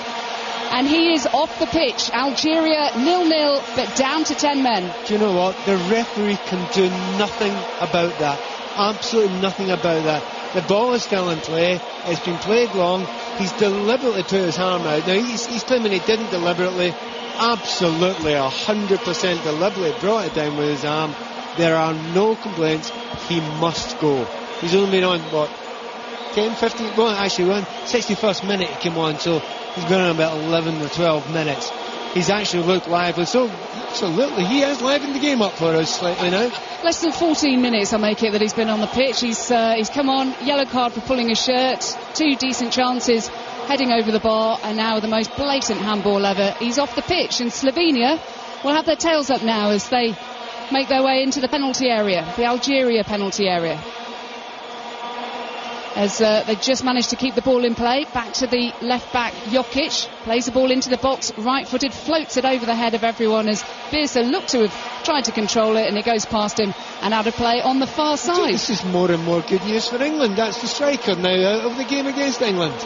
I mean, to be honest, it's looking so good just now. To be honest, after the 1-1... Try and sound pleased about it as well. Well, I'm delighted about it. I mean, in England, I think as a team, if they play at their very, very best, they can be one of the most enjoyable teams to watch if they're allowed to be positive and the players are confident.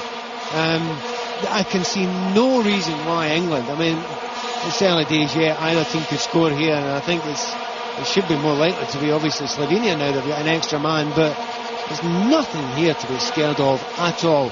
And if players are doing stupid things like get sent off for 2 inadequate bookings as Algeria have managed to organise so far, I'll tell you what, nothing to fear. Well, we just got a glimpse on the screens of the reaction of the Algeria coach, Sardan, head in hands. He can't quite believe what his striker had just done. Idiotic on both occasions. And it's not as if it was a last-ditch challenge that was worth coming off the field for, worth getting a red card for, saving your side. It was just a cross into the box. It was a decent cross, but it's just a little bit too far in front of him from Belhaj. He was never going to get it. And he was never going to, even if he gets, I honestly, it was absolutely beyond me. Other than he thought, I mean, maybe making an excuse, I thought the whistle had gone, so he was just stopping the ball with his arm. But to be honest, I don't think that was the case. No, definitely not. Well, you think that poor Rob Green got so much stick. It was inevitable stick after his mistake last night. Well, rather more culpable for criticism as this player, Ghazali's been sent off. So Algeria down to 10 men, attacking the goal away to our right. They're giving them a due. They don't look as if they're any different. They've held the ball well. They actually still look more in control of the game. They're down to 10 men, Algeria. Maybe slightly surprising for me that Slovenia have decided not to go and push it, change it, adapt it, but still get a 4-man defence there against basically one forward. Well, possession's going to be absolutely vital to Algeria now. They don't want to make any silly mistakes. Don't want to give the ball away needlessly as they're in possession in the middle of the field now with Lassen, the player who'd never been to Nigeria when he was first called up. As the big booming noise you heard just now was the PA announcer telling us there were just over 30,000 inside this Polokwane stadium. As Belhaj races down the left-hand side, goes past Shula. It's still Belhaj, but Shula does well, gets a foot in, and that'll be a goal kick. He has got pace to burn, hasn't he, Belhaj? He flies out there. I actually think he was a bit unlucky there, and I think he was fouled just as he was going past Shula. The referee let it play on a little bit, but Belhaj hasn't complained. He's getting back, getting on with his job. It's just a shame if you're an Algerian, you want him to get the ball as often as possible, you know, get the ball on the left-hand side, being allowed to fly forward. And we've watched him obviously in the Premier League. He can play as an attacking left wing back or left midfielder, and I think he'd be more useful for Algeria in that position. That's the voice of Pat Nevin with us on 5 Live Sport. We're live in Polokwane in the north of South Africa. We've yet to see any goals. That's a mistake by the defender Shula as a back pass from Shula back to Handanovic, who absolutely screams at Shula for being so casual. He didn't realise that Ziani was just behind him. I don't think he was actually passing him by. I just didn't know he was there. He didn't know he was there. He was waiting for it. Didn't know. And that's brainless for a moment. You don't want the ball past you when you've got the back to the play. But you're absolutely spot on, Jackie. He's got to be more aware than that. It was Ziani who nipped in with the touch back to the goalkeeper, and Handanovic absolutely within his rights to scream at his defender because he just switched off mentally for a second. He hadn't looked to see whether there were any Algerian players near him, and Ziani nipped in and took it away from him. A touch just a little bit too heavy to be able to capitalise, and the goalkeeper did really well to smother the ball. Shula's still complaining that he shouldn't have been given the ball in the first place, but that's a nonsense. He had 20 yards and never bothered to look round. You have to be aware at all times where the ball is and where the attackers are around you. It goes without saying, but he'll feel a little embarrassed. He's got away with it.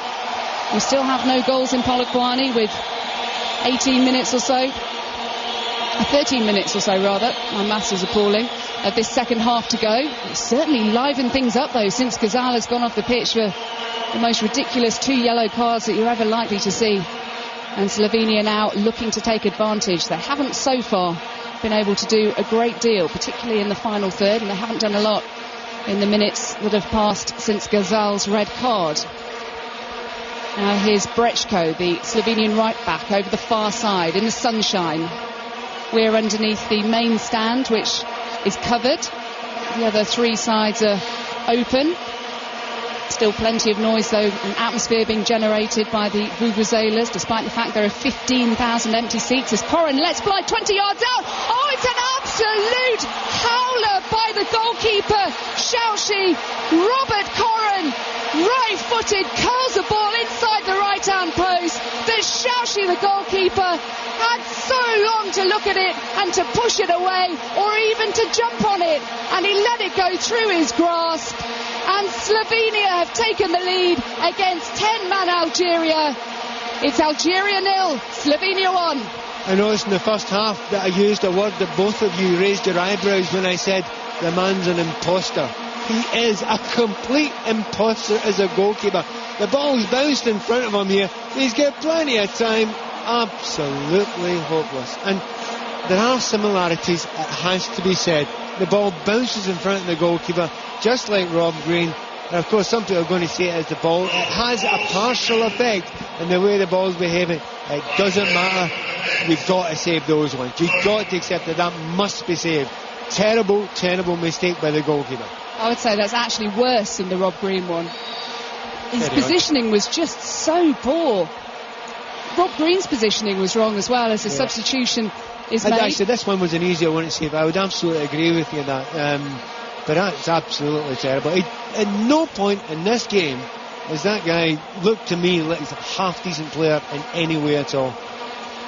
Absolute shocker from Shauchi. Cannot describe just how bad a goalkeeping mistake that was. I'm sure that was worse than Rob Green's one, who watching that will feel a little bit better. I think they'll be taking Matt Moore off just now, and they've brought on Saifi. Yeah, another player who's actually born in Algeria, which is quite a rarity. The goalkeeper being another one, as the cross comes in for Algeria on the left-hand side and put behind by Jokic. He gets applauded by his goalkeeper.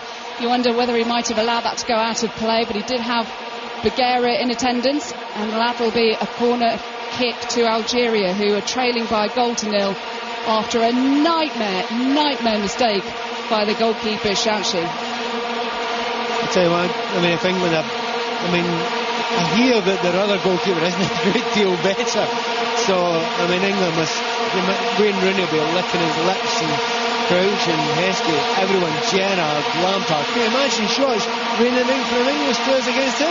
Belhaj with a corner, a high one towards the far post, and it's headed back across towards the near post, and it's gone behind. Algeria claiming that should be another corner. It was Bagheera with a head up. Instead, it'll be a goal kick. Yeah, certainly Bagheera was claiming strongly there. It was all he needed to do was head it across the goal again, and that's what he seemed to do. Yeah, I think that was definitely should have been a corner kick. Yeah, definitely. Oh no, come back off Bagheera a second time off his shoulder. Well done, referee. We have 8.5 minutes to go before half time, as Kadir now has gone off for Algeria with Adlen Guediora, the Wolverhampton Wanderers midfielder, coming on. He was another who was born in France, it won't surprise you to hear, as 17 of the 23-man squad were. Only recently it became clear that he was going to play for Algeria. He wouldn't actually answer any questions in the media before that about which country he was going to represent, but he's got exactly close to winning a France cap, I think it's fair to say. And now he represents the country that his father represented a couple of decades ago. Well, they're certainly making the changes now, and they have to. Some of the players will be tired. The altitude will have an effect on them as well. With Algeria, obviously they're down to 10 men, but for me, Algeria look lively, don't they? I mean, it's just all it is a mad goalkeeping mistake. Nothing more than that. I think over the piece, for me, they've been the slightly better side. Certainly they've held the ball better without being any great shakes themselves. We were saying in the first half, Pat, about he looked so uncomfortable that surely they had to put more shots on target. And that's what Robert Koren did. He just cushioned it towards the far post and beat the goalkeeper with ease. He was standing in a fairly central position and then looked to shovel his biceps towards the ball as it bounced over his wrists. It was such an appalling mistake, and may well have cost his Algerian side the game. They down to 10 men, remember, after Ghazal was sent off for 2 bookable offences, having only been on the pitch less than a quarter of an hour. And a substitution this time for Slovenia, as it'll be Valter Birsa to come off and Ney Pečnik to come on. player who plays his football in Portugal for Nacional. It's intriguing to see what Algeria do just now. Obviously they need to try and get something out of this game, and certainly Magic Bagheera, I was mentioning earlier on, he likes to play in the right wing. He now and again goes and gets himself up in a kind of centre forwards position as well. I think he will be posted missing in the defence from now on in. Here comes Slovenia on the break. Novakovic, who's been quiet in this game. Now here's Koren, the goal scorer. He tries to play the ball back in towards the penalty area. It's cleared up towards the halfway line. Now here's Kim on the far side for Slovenia. A man up, but a goal down. Kim, once again, plays the ball back to Schuler. Slovenia now just need to retain possession, not do anything too stupid as the ball's passed back from Cesar back to his goalkeeper. I was saying earlier, Cesar has promised Wayne Rooney a really tough time when the two teams meet. He wasn't too happy that in the friendly at Wembley in September he felt that Rooney had gone down easily to win a penalty that Frank Lampard converted in the 2-1 victory. As Slovenia now coming forwards, onside, cross into the box by Koren, and it's going to be a throw into Algeria on the far side, who are trailing by a goal to nil with 5.5 minutes to go. Pat Nevin. Yeah, and not been hugely impressive all of the same. And we're actually seeing a picture of Zinedine Zidane watching the game just now, and obviously we know that he'll be supporting Algeria. I don't think he'll be hugely impressed by what he's seeing.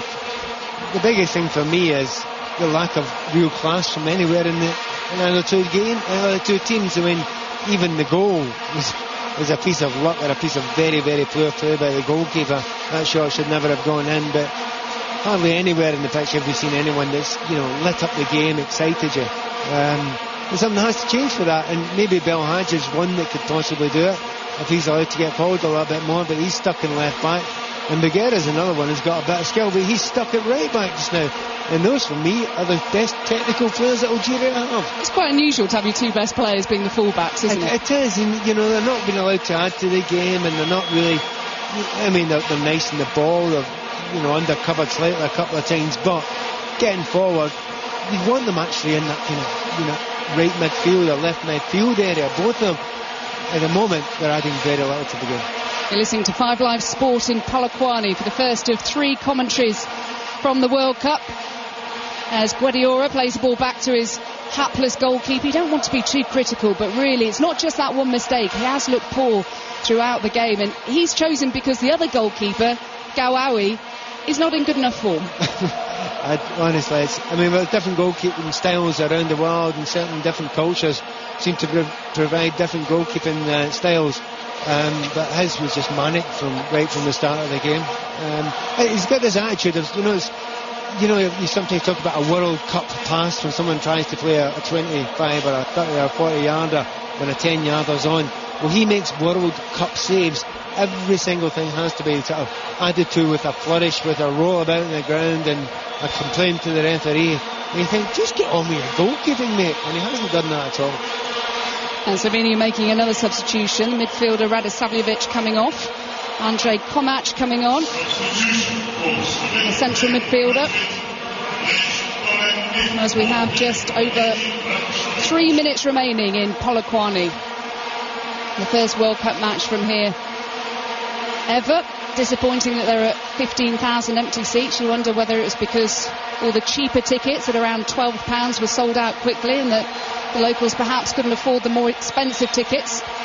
And that'll be a free kick to Algeria. A goal down. Giving them a due. Saifi's going up forward, as much as he possibly can. He's pushed up there. And they're now taking free kicks, beginning pushed up as much as possible. We've got 2, 4, 5, going on 6 players right up the park. They're trying to get something out of this game in the last few minutes. Belhaj with a free kick up towards the edge of the penalty area, headed away by Schuler. Kim now for Slovenia. Nice touch from Brechko, the right full-back, with a pass just too far ahead of Koren, the goal scorer. Algeria trailing by a goal to nil with just a couple of minutes remaining. There's Guediora Bagheera just trying to keep the ball in play, and it's out of play in front of us for a throw-in. How do you think this is going to affect the group now? Is Slovenia going top if it stays like this with 3 points Well, we were chatting this beforehand, weren't we? We were saying to ourselves, Slovenia could be in complete control of this group, and if they get a win, it'd be fantastic. That's how we've seen it beforehand. I almost broke off there for a shot, but it was so poor I won't bother. And you thought, well, wait a minute, they can give themselves a real foothold in this group just now. But after watching it, there's a couple of minutes to go, a little bit of injury time, they're 1-0 up just now. I still don't think they've got a foothold. I just don't think they're good enough to feel that confident. If they look at the USA and certainly England, at the moment they're they're at the top of the group. They might end up with 3 points. I'm still picking England and USA to go through right now. Yeah, so it's not the ideal result, but in terms of the performances that we've seen, not a great deal for England or the USA to get concerned about. No panics at the moment. Absolutely no panics at the moment. I've heard a lot of people talking about both of these teams before, and I was suggesting there's been maybe a little bit of lack of respect for the Slovenian side and the Algerian side. They're not hopeless. They just ain't anywhere near as good as England and the USA. Lassen with the ball forwards, but it's come to nothing. And now Slovenia leading by a 0-0 with a man up, as that was very close to being a very good through ball. But it came to nothing from the substitute Pechnik. It would have been one-on-one with the goalkeeper then, but didn't come to anything as we're into the last 30 seconds of the 90 minutes. Slovenia leading by a 0-0. You can never tell just now, but Safi's rolling around as if he's done some severe damage to his left ankle. And you wouldn't think he would be wasting time at this point in time, with only moments left to go in the match and possibly even into injury time at the moment. The referee should certainly add something in. There's 4 minutes, or a minimum of 4 minutes going to be added to the game at the moment, but Safi's rolling around just now. You don't want to waste time, you're a goal down. It's hardly in his interest. If it was a Slovenia player, you could maybe question it, but they haven't had too much joy with their substitutions, have they? No, they haven't. None of them are hugely impressed at the moment. One of them got himself sent off in less than a quarter of an hour. To be honest, I think Safi's actually just trying to get his opponent into trouble. I don't think he is badly injured. It was lots of histrionics there, nothing wrong with him. So now we're down to 9 men for a few moments. And we've played 30 seconds of the 4 minutes of added time at the end of this first World Cup match to be played in Polokwane in the north of South Africa. A very friendly area. Not a huge amount to do around here apart from go and see the Lions. And big trees with bars in the middle. Big trees, or if you're into the Zionist church, then that's a big attraction around here. But a World Cup football match is a pretty big attraction as Guediora crosses into the centre, but too high over everybody's head. We've said it time and time again about crosses and passes being overhit. That's another one. Belhaj, best player on the pitch, crosses into the centre. It's not dealt with, it's not cleared, and it's hooked back in there and over the bar by Hassan Yebda. He puts his hand to his head. He knows that was a decent opportunity. It's the first time that the goalkeeper Handanovic has really been troubled in the second half as he punched clear, but not far enough clear, and it's over the bar. He was a bit unlucky there. The position that he was in there, the ball was coming out. He was back to his goal. It was going away from him. He had to ball it with the outside of his right foot, and there's not many people on that part just now that would, to be honest, pull off that sort of skill.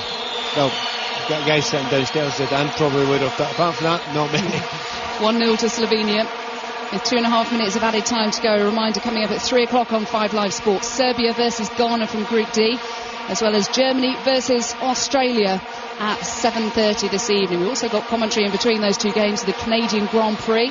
Lewis Hamilton on pole position there. As Slovenia a goal up, coming forwards again, and the cross over the far side is put behind by Ziani. That'll be a corner to Slovenia, who you would imagine, Pat Nevin, would take as long as they possibly can to take it. And they're discussing who should take it, and then they're jogging out very slowly. Maybe a possibility to take a short corner as well. No surprise they've left 3 men back, now looking like 4 men back. They're trying to kill time, trying to kill the game, doing exactly the right thing just now. I think they'd be absolutely delighted to take the ball into the corner. Very dull football, but I'm always happy to see that they can't hold it. Well, it is taken short, and Belhaj looked to come forwards on the break over the far side, and he's been taken out. He looks to have lost a boot and a shin pad as he's flat on his face, clutching his left leg. His mate's not hanging about with him. He's dived over he wasn't caught. He dived so high over the tackle that that's possibly his only injury. He's got to get on with it. It doesn't matter how much pain you're in just now. He's got to get up. He's got to go on with it. There's only moments left, maybe only as much as a minute or two left just now. Can't roll about. Less than that is the goalkeeper, Chauchi, who is at fault for the goal. That's a major understatement, by the way. Plays the ball forwards, and that'll be a free kick to Slovenia, leading by a goal to nil with 30 seconds of added time remaining. Again, will take as long as they possibly can to take this free kick, and they'll go top of the group. They'll have 3 points, with England and the United States on 1 apiece, with Algeria bottom, with one of their strikers suspended for the next game after those 2 yellow cards, the substitute Kazal. Now here's Jokic just in front of us on this near side, the Slovenia left, chips the ball forwards down the left channel for Koren, the goal scorer, to chase, as it's booted clear by Halish up towards the halfway line. Powerful header forwards from Cesar. Guediora can't control the ball as Hassan Yebda goes in for the challenge, and that's another Slovenian player down. I'd send him off directly for that. I'd give him a straight red just about for that. I think that was a horrible challenge by Yebda. Yeah, it was nowhere near the ball, deliberately sticking his foot straight into the back of the defender. That's just born out of frustration here. That's horrible, that. Nowhere near it. Why is he going through the player like that, pretending he's looking at the ball? Good, the referee's yellow card him, correctly so. Kicked him on the back of the ankle, didn't he, for the ball in front of the player, the substitute Pechnik. And now this is a free kick to Slovenia. The goal scorer Robert Koren to take it. In fact, with them hoping to waste a few more seconds, it'll be the left back Jokic to take it. And no surprises whatsoever that instead of playing it forwards, he plays it to his fellow fullback. And there is the full-time whistle. It is finished in Polokwane. Algeria 0, Slovenia 1. The only goal coming in the second half by Robert Koren, the former West Bromwich Albion midfielder, 20 yards out, right-footed curler inside the right-hand post. But an absolute howler by the Algerian goalkeeper. Pat Nevin, final thoughts. Well, England will be sitting in the hotel watching this just now, and they will be sitting with the biggest, greasiest grins they've ever had in their lives. They absolutely should walk through in this group. Slovenia is celebrating as if they've actually won the World Cup just now. The game wasn't won necessarily by them. It was won, as you rightly say, Chauchi in goal. Terrible mistake, but not the only one he made this season. And Ghazal up front, stupid sent off, down to 10 men. I mean, Algeria couldn't come back. England, nothing can go wrong now. It's finished in Polokwane, Mark. Algeria 0, Slovenia 1, and that's the first time that Slovenia have ever picked up any points at a World Cup finals.